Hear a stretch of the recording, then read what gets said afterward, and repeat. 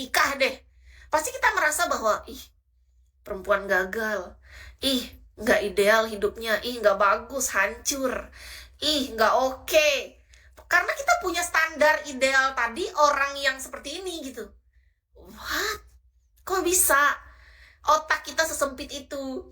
Jangankan kita melihat orang lain, orang melihat diri sendiri aja sehina itu, serendah itu gitu. Jadi semua orang itu dalam pikiranku pada masa itu yang paling bagus adalah semua orang harus punya pasangan, harus menikah, dan seketika menikah harus punya anak. Otakku, umurku 20 sampai 22 tahun pada masa itu, Kak. Benar-benar itu adalah hubungan ideal yang ada di kepala aku. Jadi pikiranku tuh, kita lulus sekolah, lulus kuliah, dapat kerja. Setelah dapat kerja, dapat jodoh, suami gitu ya. Habis itu menikah, bahagia, punya anak. Anaknya 2 gitu.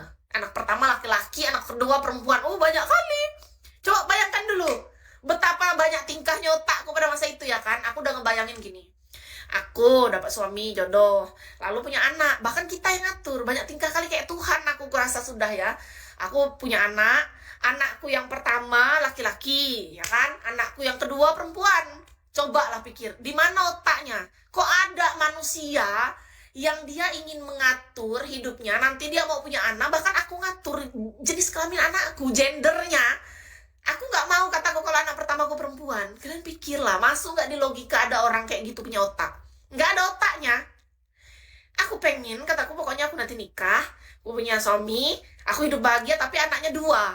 Terus anak pertama harus laki-laki, anak kedua perempuan, biar bisa jaga adeknya, kataku. Kalau anak yang laki-laki pertama kan dia bisa bekerja lebih daripada yang cewek. Kasihan cewek, soalnya aku udah merasa anak pertama kan. Jadi aku nggak mau anakku cewek. Kok bisa? Pas sekarang aku pikir-pikir lagi, aku flashback kan dengan otakku yang pada masa itu, ketawa aku ketawakan diriku sendiri. Aku pernah berada di titik punya pikiran kayak gitu. Coba, sumbu pendek, Kak. Pendeknya sumbu itu. Iya, itu impianku, tapi sekarang udah aku kubur impian itu, Kak. 7 tahun belakangan ini, aku tuh kan udah memilih untuk kesendirian. Aku memilihnya itu bukan karena aku nggak mencoba untuk mengenal pria, Kak. Aku udah mencoba mengenal. Cuman aku ngikuti kata hatiku. Hatiku tuh nggak tergerak, Kak, untuk menjalin hubungan dengan orang-orang itu. Karena aku tipe orang yang jujur sama diri sendiri. Aku nggak mau menjalin hubungan yang sementara aku aja nggak tergerak hatiku. Mau gimana? Lebih bagus aku sendiri. Tapi ya nggak menutup kemungkinan kalau memang suatu saat nih, ya nggak tahu kapan ya kan, entah sampai nanti pada akhir hayat juga ternyata sendiri juga, ya memang udah jalannya. Aku bilang gitu sama Yang Maha Kuasa, kalau emang kayak gitu ya aku bahagia aja. Tapi kalau diberi kesempatan untuk jatuh cinta lagi, meskipun pikiranku agak nggak mungkin sih kalau boleh jujur sih, karena aku juga nggak minta. Mohon maaf ya, aku harus jujur ya. Kan harus jujur. Lah, ya harus jujur dong, jangan nanggung-nanggung jujurnya. Jadi kan kita dalam hidup pasti ada namanya pokok doa. Kalian pasti ngerti lah, tiap manusia kan punya keyakinan, kepercayaan gitu kan. Nah, Akis tuh punya pokok doa yang sangat penting, Kak. Dan itu tuh memang ada poinnya. Poin pertama, 2, 3, 4, dan sedetail itu, Kak. Aku nggak ada minta jodoh. Sudah 7 tahun. Kenapa aku pernah kenal yang sama berondong tadi aku ceritain, aku pun nggak minta sebenarnya. Jadi aku tuh waktu saat itu tuh cuman berusaha mencoba membuka hati aja, mengenal pria. Makanya dia nggak pernah aku hitung jadi mantan kan, karena jujur aja waktu aku kenal dia juga itu nggak aku bawa dalam doa. Itu salah satu peringatan dari Yang Maha Kuasa, teman-teman. Ketika kita menjalani hubungan ataupun melangkah, tapi kita melangkahi kehendak Yang Maha Kuasa, hancur kan, sakit kan. Itu peringatan dari Maha Kuasa untukku, teman-teman, bahwa kita nggak boleh melangkahi kehendaknya. Kita nggak boleh melakukan sesuatu tanpa bertanya apa yang dia mau, apa yang bikin dia suka. Kalau dia nggak suka, jadi apa kita? Nggak jadi apa-apa, hancur. Beneran. Yang kemarin, makanya mantan terakhir yang berondong itu nggak pernah aku masukkan. Gara-gara apa? Gara-gara waktu aku sama dia pun, aku nggak ada bawa dia dalam doaku.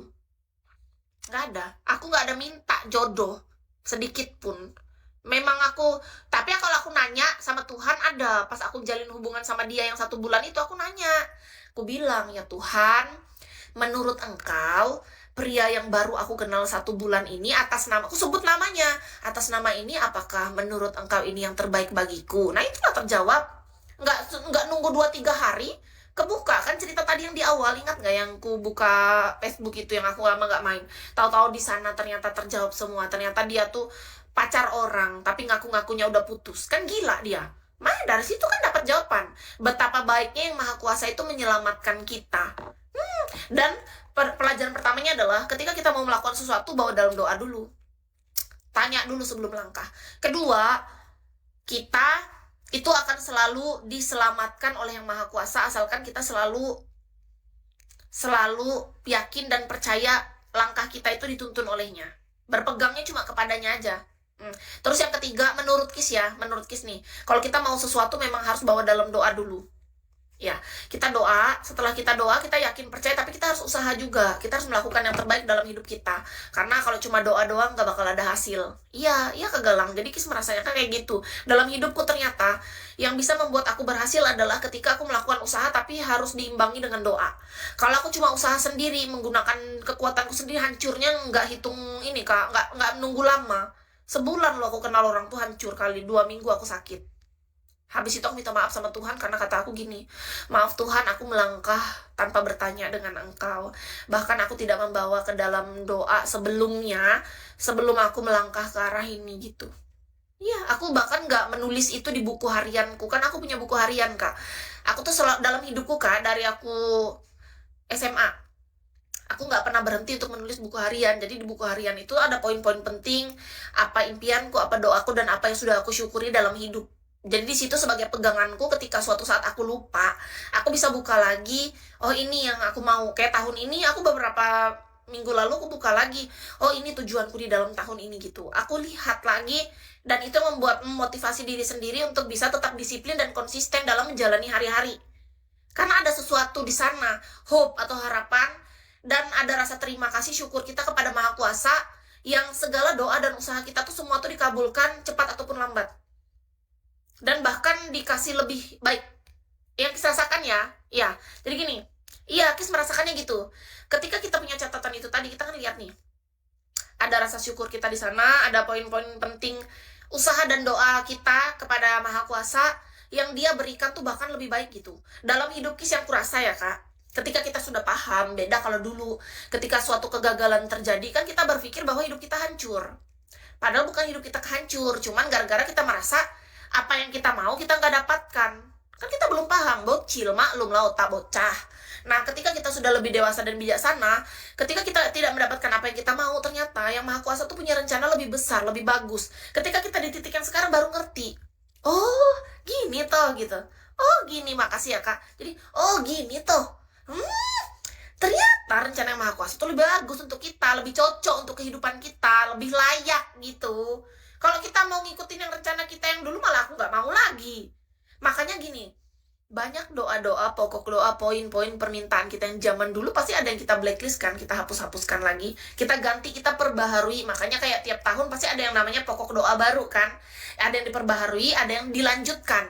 Itu apa namanya? Itu namanya pokok doa penyesuaian. Karena dalam hidup ini emang kayak gitu. Ada kalanya segala sesuatu yang lama itu sudah tidak relevan lagi, tidak bisa dilanjutkan.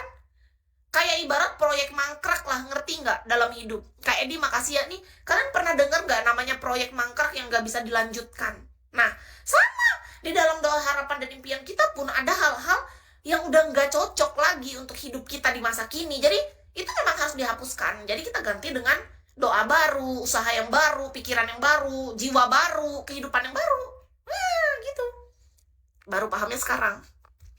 Kalau kakak nanya nih, katanya udah berapa lama